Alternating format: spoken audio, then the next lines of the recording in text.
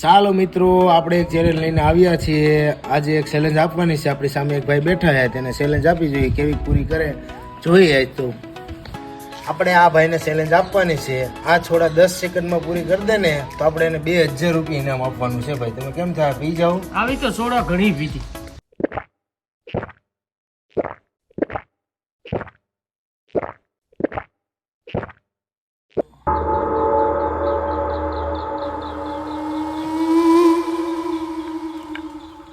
આવા જ ન ખૂટા ચેલેન્જ વાળા. હમણાં લૂંટી જોરું બની નાખું.